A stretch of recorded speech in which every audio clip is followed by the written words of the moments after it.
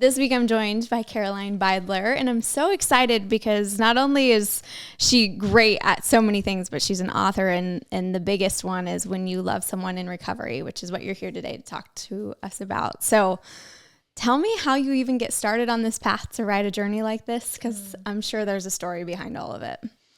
Yeah, well, thank you so much for having me. I'm so excited to be here. You know, people ask me a lot to like, how do you get here? How did you get here? Share more about like the backstory.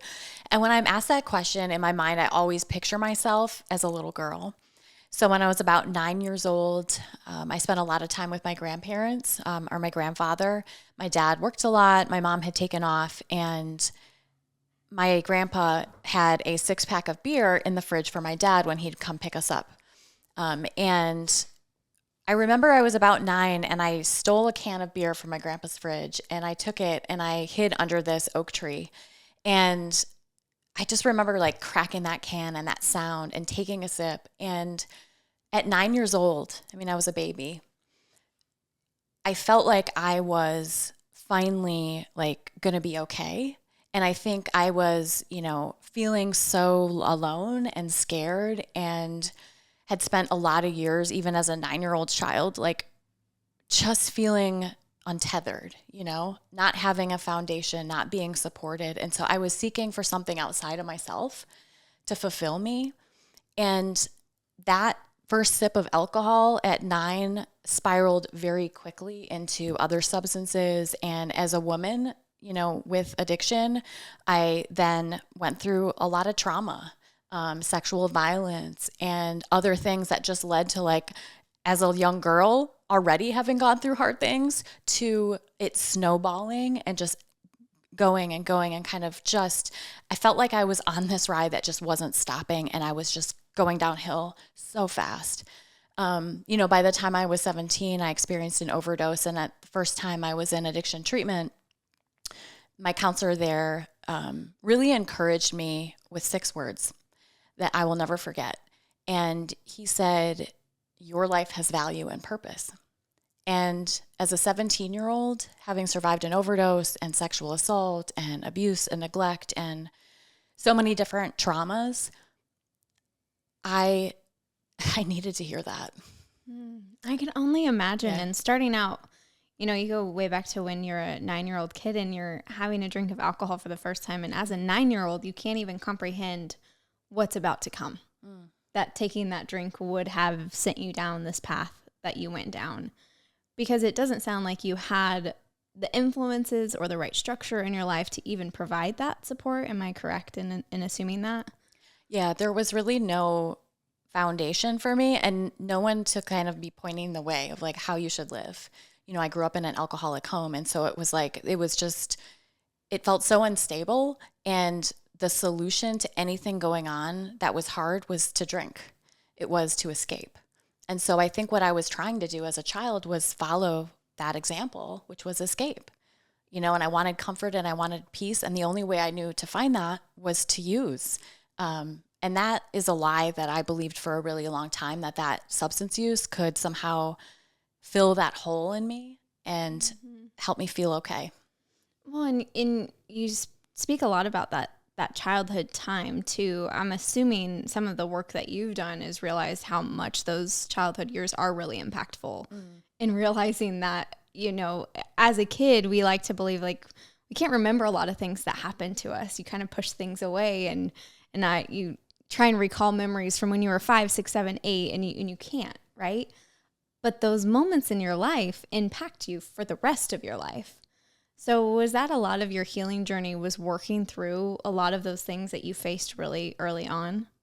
It was. And I think at the same time, it was also about learning how to live in a new way. Like I shared, I didn't have a role model or example. I would actually come to experience faith and what that meant in my life in my early 20s. But through the recovery journey, I was able to, and still today, have been able to not just heal from some of those past hurts and harms, but learn through the process of recovery how to live in a healed and whole way. And when I am struggling, which we're human and we all do, right?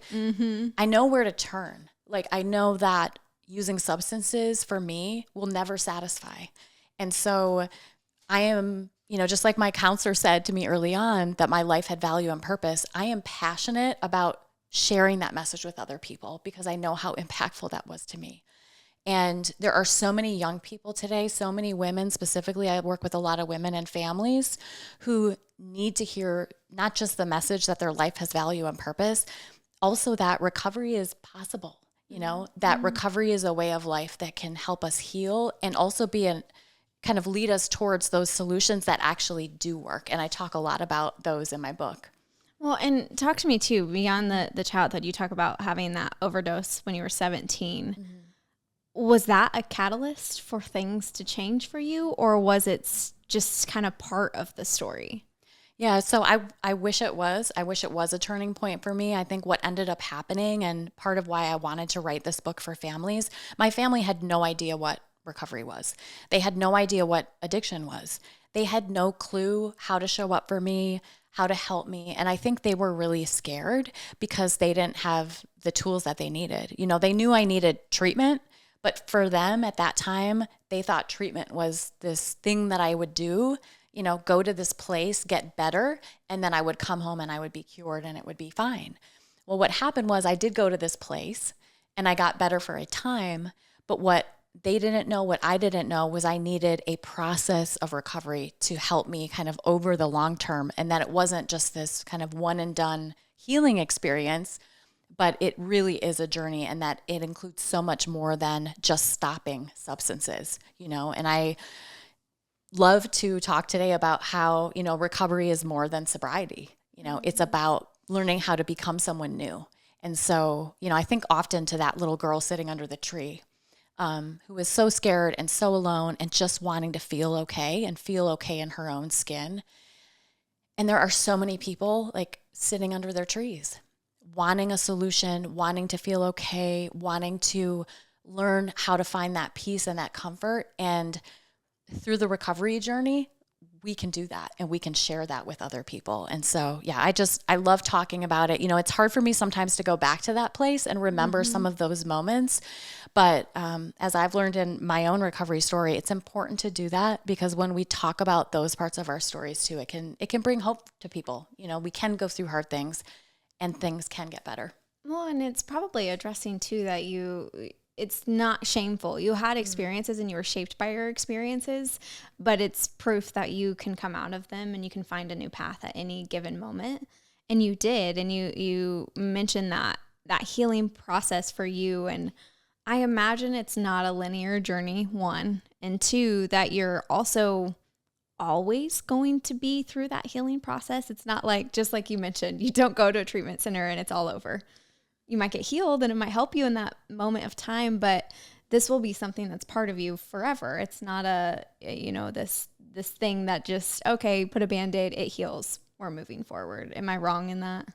Well, I think you bring up an interesting point. And so, I remember early on in my recovery, I'd say I was in recovery or I was, sober, and people would look at me with almost this pity, like, oh my gosh, I'm so sorry, and feeling bad for me for, like I was missing out on something. And I think the reality is, and I love to share, that recovery is so much more, and it brings us to a place of being able to live in such a more full and joyful way.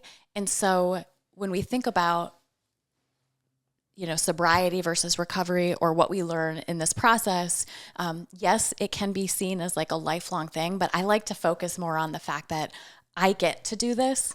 Like I get to live my life in a way that is more honest, in a way that is more connected, in a way that is more in tune with my faith and, just with my purpose and with, sitting here with you, having conversations like this. So when people ask me that, and I get that question a lot, like, do you have to do this forever? I just want to kind of reframe it just a little bit to like, I get to do this. Like I get to do this. And it's just such a wonderful way to be. Like I wish, and I think my conclusion's titled Recovery for Everyone. Recovery can be for everyone. And I kind of wish everyone could be in recovery, but that's just me because I love it so much. Well, and so walk me through that feeling, because I think that is, right? Like I even ignorantly can see that from my point of view, that that's the experience that I've seen, right? That's what I witnessed through other people, but I've never had that personal experience. So walk me through why you get to do this, like what that feeling is like for you as you are teaching other people, you're sharing your story, and what those experiences are like for you, because that might help us start to really understand that other side versus that always belief of thinking, okay, this is an entire lifelong journey. Walk me through these feelings and stuff that you're talking about. Yeah, so I actually start the book with a scene, and it's a scene that's played out in the lives of so many people that I've worked with. And I've been to a lot of recovery meetings and different recovery spaces where you'll hear people say the same phrase over and over, which is, when someone finds recovery, it's like the light in their eyes comes back. And you might have encountered someone who has been through the process of recovery or has gone to treatment, and then, you haven't seen them for a while and they come back. And it's like they're almost like backlit, like the lights in this space, and they're shining from the inside out. I think that what we miss when we think about addiction recovery is something that, you're stopping substances, or it's a lack of, or, you have to live a certain way that's so restrictive. We're missing the point that it allows for this openness that I think connects us as humans in such a true and just the way that it's supposed to be. There's a lot of folks that talk about this idea of fellowship and sharing in recovery circles, this honesty, where we can lead with being vulnerable. And I always encourage folks, like if you haven't been in a recovery meeting or a space, there's a lot of them that are open where you can just attend as a family member, but sit in a space like that. And you will experience, amidst probably more pain than you've ever heard of, or really hard things than you've ever heard, an incredible amount of joy and laughter and lightness. And so, when I think about that, I hope folks, who are watching or listening, notice when you meet someone in recovery. What are they like? Does it look like when you look in their eyes that they're lacking or missing something? I would say 100% of the people that I've met in recovery, a sustained long-term recovery, it is like this joyful gift that we want to share. Well, and it sounds like community, right? You're relating to people who have had shared experience in some way or form, or who have experienced this side to all of this that a whole other group of people don't understand. So to have a community around something that's really hard, or at one point was really hard for your life, I imagine is really a cool experience, especially today, because community is pretty lost on us. So having a shared community like that is beneficial for anything. Yeah, I remember the first actual recovery meeting I went to, and I was probably in my mid-20s, late 20s, and I walked into the space, and the room, everyone around the circle of chairs looked different. Men, women, different ages, socio-demographic, just all of it was just this diverse group. And I remember the feeling, though, when I walked in and I sat down and I finally felt like I could take a deep breath, because I felt like I was home. Like I felt like I found my family. And I've heard of people talk about churches this way, and certainly I've had experiences there, but there's something about when you're connected to people that have that same lived experience, it's like you get each other. I could be sitting next to someone who has different life experiences, but they're in addiction recovery. I connect with them almost immediately because we know each other. The experiences don't have to be exactly the same, but they know what it feels like to be that little girl under the tree because they have their own version of that story. And so community is one of the key pillars that I talk about in my book that is instrumental to recovery. And so for families especially who are trying to kind of discern and figure out, how do I help my loved one? Maybe their loved one's coming out of addiction treatment. One of the first things I recommend is make sure your person is connected in that community. Now, it's not on the family to do that for them, but well, hi there. You can be in my community right now. But having community and social support is one of the key pieces of, I think, the puzzle in terms of how we get support. And it's not just addiction recovery, right? It's any type of grief support, divorce support, support for fitness, health, wellness. So, but yeah, I think it's an amazing part of the journey. And in my late 20s, when I walked into that space, that was the beginning of my actual, sobriety and recovery story. And I had spent almost a couple decades at that point struggling with substance use. It was the beginning of my finally understanding that I didn't have to do this by myself anymore. And that feeling that I had been seeking and searching for my whole life, it wasn't in something that I was going to be taking as a substance, it was in the circle. It was in the fellowship of people who had that same lived experience. Well, and you mentioned, you were talking about loving somebody with this and community being a big basis of that. What are some other things? Because you're probably going to have people on both sides of the spectrum, one that's in recovery and you have one that's dealing with the person who is in recovery, right? So how is the best way to walk through that? Let's look at it from the outside point of view, how to, because that's what your book is really about, is loving somebody through their recovery.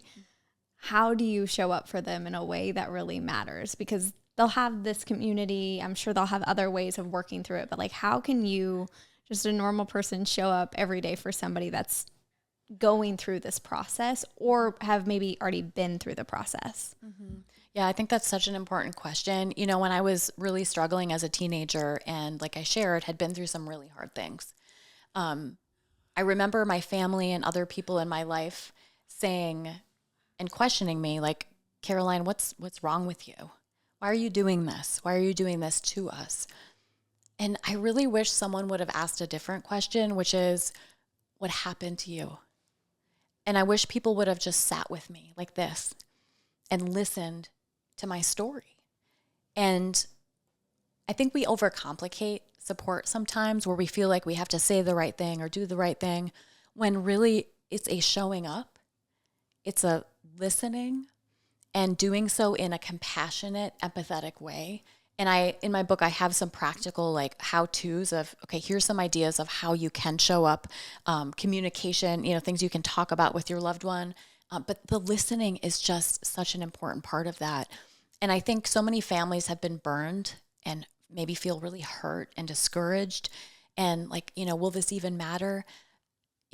Showing up and showing love in those simple ways of like sitting and listening or texting. I even tell families, buy your loved one lunch, go out for lunch, buy them groceries. My dad did that for me when I was really struggling, and I'll never forget it. And it wasn't some like big grand gesture, but it was showing up and meeting a need that I have. And I think, one of the biggest needs we have is to be understood and to be heard. And so we can do that for each other, and it will go a really long way in supporting our loved ones. You mentioned the groceries and having things delivered, because one of the things when it comes to supporting somebody, we often will ask them, what can I do for you? How can I show up for you? Or let me know if I can help you. But I feel like the best way to truly support people is showing up without asking. And sometimes you have to force your support, to people, because it's often that we don't want to ask for help in any scenario. I would especially imagine that it's this type of recovery where you're not trying to ask for help. You're not trying to bother people. You just want to move through and work on your recovery. So the ways of showing up just by listening and by buying groceries, I feel like are really impactful. And I don't know if I'm wrong in that, so please correct me if I'm not. But yeah, no, I mean, that's it exactly. And I think, like I shared, we overcomplicate showing up. And I think sometimes just having that space to listen can be so, so impactful. But yeah, that moment with my dad, we had a really tumultuous, really hard relationship for a very long time. And I remember I was living in this like rundown apartment and hadn't seen him for a really long time. And I came down the stairs and walked outside the building. And it was like the way he looked at me, I could just see it in his eyes. He was so sad and so worried, and he took me out for this meal, and then he took me to the grocery store. And I will never forget that. And they had to have a lot of boundaries around how they showed up to support me, but just that extension of, I'm here. I want to meet your, what needs you have in a way that's safe for me. And it made me feel loved. And I think, one of the things that family members may forget sometimes is that through the process of addiction and some of the traumas we've experienced because of that, or leading up to why we want to use substances problematically and end up developing addiction, we carry so much shame. I had so much shame because of what had been done to me and what I had done in my active addiction. I didn't feel worth help, and it wasn't until I walked into those rooms of recovery in my 20s where I'm like, wow, I'm not alone. And you know what? Maybe I do deserve connection, and maybe I do deserve help and care. And Yeah, it's a beautiful gift that we can give other people. And I also, want to make the point too that because loved ones often are burned and hurt and are having a hard time trusting, you don't have to show up and love your person in recovery or struggling with addiction alone. I think that's when we can really lean on our community too, as affected family members and loved ones, to get support. Mm-hmm. There's just, it sounds like to me that there's also a lot of steps in this process. So tell me what that was like for you, because it wasn't just that you were also recovering from addiction and you had that was a part of this, but you also had things that happened in your life. You had mentioned them right at the beginning that there's all of these moments and times that are happening connected, I would imagine, but isolated as well. So tell me what those experiences were like as you were healing, because you were not just on this addiction, recovery side. You were healing trauma, you were hearing experiences, you were going through stuff that was really difficult on its own. Mm-hmm. Yeah. And I think, that's one of the things that folks get wrong sometimes. And they think that it's just about the substance use. Like, you need to stop using substances and then you'll be okay. But the reality is most of us end up using substances and get trapped in addiction because of the trauma that we've experienced. There's these conditions and things, these challenges that we face that, addiction is just the symptom of something greater going on. And so what I learned over time, and I've worked with so many people, and it is a hard but amazing experience, is that through the recovery process, you have these layers that kind of get stripped away. So for me, it was after actually 5 years in recovery. It was 5 years I was sober until I started digging into some of the trauma that I had experienced. Because while I had stopped using substances, I still struggled with other things, relationships, with men and food and exercise and some of these other ways that I tried to feel better, to get that comfort and support. And so I think what's incredible, and I talk about recovery pathways in my book, is recovery is not just, like you said, it's not linear. It's not, addiction to recovery. It's a journey, and it's a winding one where we find out and discover that over time we need different things in different seasons. And so in 5 years in recovery, I needed mental health support for my trauma, and then 7 years in recovery, I needed a lot of support with learning how to communicate, with my now husband. And, fast forward, I have 7-year-old twins. And so now it's, how can I show up and be a mom in recovery? How can I write books and be of service and live out this calling and purpose on my life and, show up for the people in my life? So I love how in different seasons of recovery, what we need changes. Yeah. Yeah. And wow, the polar opposite, right? Of like, you're now raising, you were talking about at the very beginning of this podcast, the young girl sitting underneath a tree. And now you're about to have your boys, you said they're 7 years old. Yeah. Boy and a girl. Boy and a girl. Yeah. Okay. So twins. Yeah. And they're 2 years from hitting the mark. That was like a big changing point for you. When you think about that, does that bring a lot of emotions and experiences that you feel like you're going to have to work through and understand what that all looks like? Or are you like, no, at this point, I got this. I know what's happening. I hadn't thought about that. Them being so close to that age.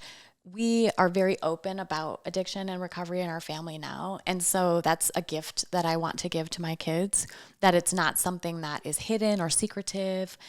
I and my husband, recovery is a way of life in our home. My daughter's so cute. She tells me, Mommy, I want to be in recovery. I'm like, awesome. Hopefully you don't go down the same road I did to get there. But yeah, if you want to be in recovery, that's cool. But, being open about having those conversations, because even at elementary school, they're having kids talking about substance use. And so I always encourage, especially parents with, young kids, teenagers, even young adults, you cannot shy away from having those uncomfortable conversations. We talk about drug use. We talk about substance use. Just the other day, my son told my daughter, I think you're addicted to those cookies. And I'm like, yep, but sugar is very much a real thing. It is very, very true. So just being able to have those conversations is so helpful. But, I hope that they have the tools that I didn't have. And so I think, part of what I try to do is share that message with other folks and families. And it doesn't stop with our experience. And it doesn't stop with our loved ones. We need to also look at the next generation coming up, because what the research shows is most people like me who develop a substance use disorder or addiction start their drug use or whatever they're using as kids, as that like 10, 11, 12 age range. And so, yeah, it's so important to have those conversations. Well, and you think about that, and you're like, there's no way. They're too young. But even in your experience, it all depends on the environment you're around, the things that you're exposed to. And I think kids are being exposed more earlier to things than they ever have before, especially with internet and technology and the things that they can see, even on just going on YouTube, which so many of them have access to. So I do think it's an important conversation and one that we should be having, unfortunately, sooner rather than later. But were you also experiencing, like, as you first started talking to your kids about this, where they were like, what is that? What are we talking about? What are these things? Because they obviously probably weren't exposed to it yet, but you do want them to be aware of it when they do get exposed to it. Like, as somebody who doesn't have kids, maybe as somebody who has really young kids and hasn't faced this yet, what was that like in those moments where you're trying to explain everything and have them be informed while also educating them on what a lot of things are? Yeah, well, I live in our house. The starting point isn't addiction. It's actually recovery. And so we started the conversation talking about what recovery is. And so I actually asked my daughter and son, just kind of gearing up for the book release, what do you guys think? And it was so cute. My daughter said recovery is healthy. And then my son said it's about giving back and being thankful. And so, yes, those are key pieces of the recovery journey. So for them, their starting point isn't, stopping something or staying away from this. It's where's the starting point? Like, how do we want to live? Because if my kids are grateful, if they're being of service in their communities, and if they're healthy, if they're treating their bodies and minds in a healthy way, they're going to be a lot less likely to be sitting under that tree looking towards something that's going to be unhealthy for them in the future. So I don't start with the whole like dare, let's say no, which I was in the dare generation, if y'all remember. Too, okay. Yes. I actually won an award, I think, for an essay that I did back in elementary school. And then fast forward, here I am. Didn't work for me, but I think instead of focusing on like the no and what not to do, what kind of life do we want to live? And I was speaking to a group of high school students, this was a couple years ago, and we were talking about substance use. And they said, it is rampant in our high school. You can't even go in the bathroom in a public high school without all the vape smoke and the pills and everything else. And it's just, And I asked them, I said, why do you think it is? Why are so many kids turning towards substance use? And they all had the same answer, the same word, and it shocked me. And it was stress. Stress. So maybe they didn't experience some of like the major traumas that I had, but kids today, young people are so stressed and they're looking for ways to cope. So again, that starting point of let's not do that, but what can we do to help you cope with being a human today?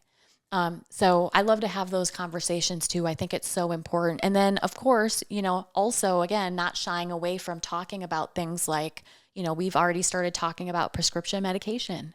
You shouldn't take a prescribed medication that wasn't, prescribed to you, and just some of those other things that they're going to be facing as they get older. Oh, and that line that you said of learning to be a human today, which is really important, right? Because our experiences that we had as kids are drastically different than the experiences that they're having today. And it means we have to adjust.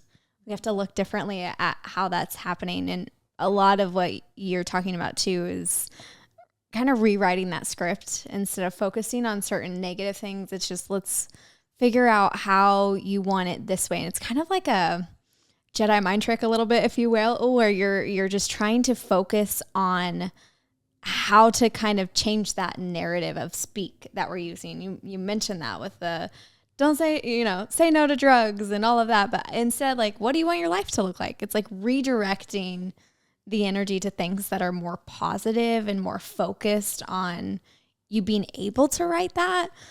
I think that's a lot of what we get wrong with so many things is don't do this, don't do that, you can't have this, be aware of this. There's no conversation around, well, then what should I be doing or what should I be looking at? Right, exactly. It actually reminds me in addiction treatment, when I was a teen, we had an exercise that we did and it was impactful. I still remember it. I'm in my 40s now, but it was, write a list of on one side of the paper, what you're doing now, like everything you're doing now, all the behaviors, all the things. And the other side, it was where do you want to be? Like, what do you want your life to look like? And and then we'd look at both sides of the paper and it's like, well, those aren't lining up, But how do we get folks, kids, all of us really to the point of like, here's what we want for our lives. What are we doing now that's going to get us there? And I think it's more than like this goal oriented mindset, which I also love. But it's a recovery oriented one because we're focusing on those positive, healthy things, ways of being, ways that we can be a human in our world today that aren't just healthy for us, but they're healthy for our families and our communities. And so, yeah, I love that, what you're sharing about kind of focusing there instead of on like what not to do. Mm-hmm. Well, and flipping to the other side, because we kind of talked about the family side, but I do want to address, because how was it for you? Can you speak to those people who are potentially on this road and they don't know it? Maybe they don't know that this is happening in their life. Maybe they're unaware that they're having an addiction even at that point, because I think a lot of what struggles for people to get to the point of recovery is often that they don't know it's happening to them, or it takes a catalyst to show them that it's happening. But I want to speak to that community too, because I don't know that we do all that often. So can you kind of talk to them and what that experience was like for you? Because maybe they're going through it and they just can't identify it. Yeah, I think that's such an important question to ask, because there's kind of this like, either you're this or you're that, right? But some of us live in the middle. And if someone's trying to figure out like, do I have a problem with substances? Could this be kind of spiraling out of control? I think the first thing I would say that, if you're asking that question, like be mindful of that you're to the point of asking yourself that question, and then focus on, again, where do you want to be? So I've worked with a lot of mothers who are like, it's the whole like mommy wine o'clock thing, right? 5:00. And I think society has kind of normalized some of that behavior and almost kind of made fun of it and made light of it, when it can be very harmful for women. But if you're finding yourself like preoccupied, thinking a lot about, kind of drawing these boundaries, well, I'll only do this on the weekend, and then you kind of cross that line, there are some of these key indicators that there could be more going on. And actually, for my day job, my husband jokes, I have so many hats that I wear, but one of my hats, I work for recovery.com. And so it's a website that helps people connect with treatment, either mental health or addiction treatment. We actually have quizzes on there, so you can go and take a quiz, like, hey, the alcohol quiz or alcohol test, and it kind of guides you through some questions like, do I have a problem with this? So I would suggest, if you're asking that question, pay attention to it. Pay attention to maybe some of the things that you could be doing or thinking, and then reach out for support, because there are a lot of options available for that. Well, and you say reach out for support. I have to imagine that's not an easy thing to do. So what if you're struggling with that, of reaching out, starting to make that change? Because change is also really hard. We love to be comfortable. We love to believe that, what we're doing is totally fine. It's okay. It'll work itself out. But making that step, that very first step that really matters, that's going to change the trajectory of everything. I mean, talk to that experience, because I know that that's one that people will definitely have questions about. Mm-hmm. Yeah, change is hard. I mean, change is so hard. I mean, if you've tried to change anything, maybe it's a diet or, stopping drinking alcohol or whatever type of change, it can be comfortable to be in the same spot and just keep doing what we're doing. And not only that, like our brains, the whole neuroscience behind habit and behavior can become just this like pattern that we continue. And it's really hard to break from that cycle. I think the hopeful, though, and encouraging thing is we can. And with addiction recovery, substance use, it used to be like, kind of when I started my journey, it used to be this very stigmatized, like, you have a problem with substances, kind of like this, almost like this, it's like leprosy, almost, it's like, oh my gosh, that's so different. Like, I'm definitely not like that person. Whereas today, because of like social media and people talking about recovery and very open about either being in recovery or alcohol free, there's this whole alcohol free movement that it's normalized. It's becoming more normalized. So I would just encourage folks, like, if you're feeling scared to reach out, it is not an unusual experience today. It's actually a really common one. In the US alone, there's like almost 24 million people in recovery. It's just like a wild number. It is a very common thing. And I have a love-hate relationship with social media. But the good thing about social media for people in recovery is so many of us talk openly about it. So you just do like the little old school hashtag thing, or, look at some people talking about recovery. It's like, wow, it's amazing. And not just that, but there are people who are openly talking about their challenges too and their struggles. So, we don't need to feel alone in our experience. That's kind of where I would suggest if you're feeling scared to reach out, you're not alone. So many people are in that place. And then, maybe go back to that assignment that I had in treatment, which was, what are you doing now? What's your life look like now? Where do you want it to be? And are those things lining up? If they're not, you have options. There's things that you can do to change that. Yeah, that's really good for that whole process. And you mentioned it too. There's a love-hate relationship with social media for sure. But you see it more often now, and it's normalizing it, which I think is the behavior that we need when it comes to conversations like this. A lot of conversations we have on this podcast, the whole purpose is to normalize them and having the conversation versus not. And it brought up something that I wanted to ask about, because I also imagine with that many people struggling, you have so many people out in the dating world and dating partners. What was your experience like with dating as you had gone through this? Because I imagine that also brings challenges. It was, that's a whole nother podcast episode.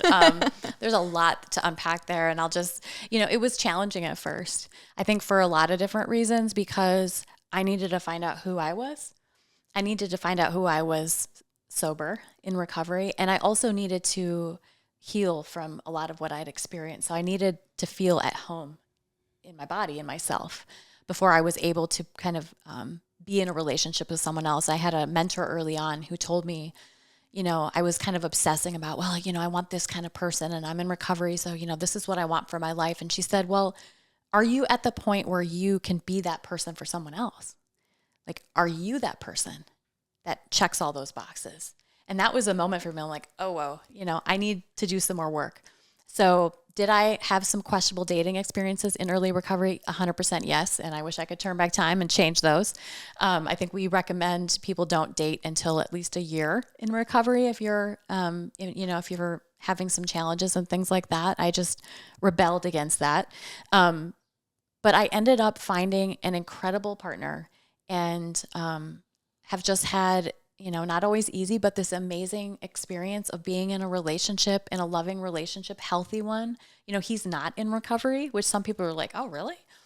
Which I love because, I bring my experience and then he brings his. But he's been so willing to learn and listen.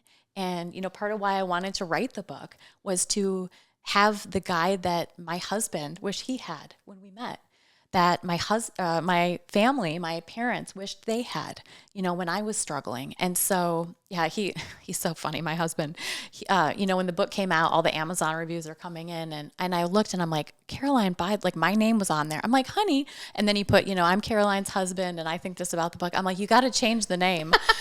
But anyway, it came from your Amazon it came from my Amazon account. But it was so sweet because he's like, I think something like, my family has lived this. Mm-hmm. We've lived this journey. And so relationships are hard no matter what. When you're in recovery, I think you need to be at home in yourself and learn who you are first. And maybe that's advice for everyone, not even in recovery, but yeah. And then I think the other thing that was so helpful for me was bringing other people, specifically women who had walked the road, who were a bit older, who could help guide me through that. Who could kind of speak that truth and like, girl, like you better slow down. Like, I wouldn't date that guy in that, meeting. But who could kind of provide some counsel and wisdom. So, definitely folks listening who may be thinking about a relationship in recovery, just have some discernment. And I think bring some people around you that can help you with that. Well, and you mentioned being there for other people. Are you I'd love to know about this. And are they called sponsors still? Is that still a thing? Yeah, so for some recovery pathways, there's 12-step, there's sponsors, there's a whole array, it's like a whole menu now of like sponsors, recovery coaches, peer support specialists, mentors. So like it depends what recovery pathway. I love to say mentor because it kind of, it kind of adds all of those different ones together. But yeah, I think throughout different pathways, the key part is someone who has been there first, lived through it, and can now look back and speak truth and speak in a way that provides like wisdom for you and direction for you. It's one of the things I wish everyone could be in recovery, because living with that type of support is just incredible. Like if I'm struggling, and this happens even today, I will call a woman who has almost 40 years in recovery and tell her like, hey, this is what's going on. And she'll share her experience and she'll listen to me. And there's nothing like it. There's nothing like it. Well, and I love hearing those, because that's another back to the community, but that's an extension of that community. And you see stuff in TV shows and stuff, and I wanted to make sure we're sharing the true side of it, not just the depicted side in entertainment. But I think those support systems, it's something that I think mentorship in general is just such a huge asset to anybody, but especially of somebody who, again, can create that lived experience for you and really help you navigate through it, is invaluable. So those are cool. And it's cool to hear that you had those and you still have those. Yeah. And I think anyone who's walking like a long-term sustained recovery, it's a key piece of it. I actually started a nonprofit called the Women's Recovery Leadership Foundation, and that's exactly what it does. It pairs younger women with women who've been there and can walk alongside them and help support, empower, equip them, not just professionally, but personally too. You really are wearing a lot of hats. I am. Yes, indeed, I am. Things coming on. But it's all under this same umbrella of really just trying to expand this community and help in the ways that it helped you, which I think is really cool. Yeah. And, going back to what my counselor told me in treatment as a teen, those 6 words, your life has purpose and value. I needed to hear that. I didn't know it. I didn't believe it. I didn't think I would live to be 30. I didn't think my life mattered. I had so much shame, and I just had such low self-worth about who I was. I remember I used to walk around like with my hoodie up, looking at the ground. I couldn't even make eye contact to people in the grocery store. I've had such a low feeling about myself. Yet those words that were spoken to me, it was like a seed was planted in my heart. And today I want everyone to know, especially women and families, but people struggling in addiction and also in recovery, that your life has value and purpose. And it's incredible what can come from that pain, what can be redeemed through the hard parts of our story. And recovery is just like a light that is a light along that path that kind of illuminates that road for us. So, I want everybody to be backlit and just bright eyes shining in recovery. But yeah. Well, I'm thinking now too, you just said that you didn't think you would live till 30 at one point in your life. But now you're married, you have 2 kids, you got a book, you're created nonprofits, you've done all of these things. Like, if you could tell that young 9-year-old something, what would you tell her? Like, if you had the chance to go back to her and give her a little bit of insight, what would be that thing that you would say that would matter to her? Yeah. Well, I want to add to that list. I drive a minivan too. Never we thought love that would happen. But, I would just pull her close and give her the biggest hug and tell her that her life had value and purpose. And I would walk alongside her. I think a lot of people need to hear that today, that their life has meaning, it has purpose, it has value. We are truly in a loneliness epidemic across massive amounts, which is also resulting in a lot of things of addiction and substance abuse and everything across the board. So 6 words, you never knew they could have so much meaning, but it's cool to see where you're at now and walk through the entire journey with you. And I appreciate you sharing it, because like you said, I know it's still hard. It doesn't, even though it's gone, doesn't mean walking through those moments again doesn't bring back certain things. So I appreciate you sharing that. I like to end the podcast, not that this whole podcast has not been a piece of advice or motivation, but maybe something that's heavy on your heart. It can be inspiration or motivation or just something you want to mention that we didn't get to. I kind of give the floor over to you and you end us on something. Yeah. I would say and this has just been heavy on my heart. If there's someone listening or watching who feels like the weight of their loved one's struggle, like with addiction or even into early recovery, is too much to bear, that they don't have to carry that weight alone. And I think a lot of families feel this burden of, and these questions: am I enabling? Should I show tough love? Am I doing the right thing? Am I helping? Am I harming? And I think families and loved ones need to just have this invitation to set that weight down. And you don't have to carry your struggle alone. Like I shared, addiction recovery impacts almost everyone, if not everyone, in some way, whether it's your spouse or your neighbor or your child or your pastor. Like, we all know someone. And so you don't have to carry it alone. You can reach out for support. And I just want to end with a story. So there was a woman I interviewed for my book, and she told me about a small group she had at her church. And while she was going to this small group, her friend's daughter was in cancer treatment. And so, her daughter who was in cancer treatment, this friend had all of the help. She had prayer chains and meal chains. We love to bring our casseroles. And, she had all of this support. And she said, during that same period of time, my son was in addiction treatment. And I didn't have any phone calls, any texts, any prayer chains, any flowers, any casseroles. She said, but my son was sick too. And I needed support too. And I like to tell that story and be reminded of that, because I think it shows something important, which is, it shouldn't all fall on the family member or the person impacted by addiction or recovery. The community, other people need to step up and love, need to step up and step in and love that family member when it's hard for the other person to do that. We need to pray and to send those flowers and to bring those casseroles and to show up in those simple, loving ways. Because addiction is, when it kind of boil it all down, it's a human struggle, just like any other hard thing that's human, right? And so we need to show up for each other.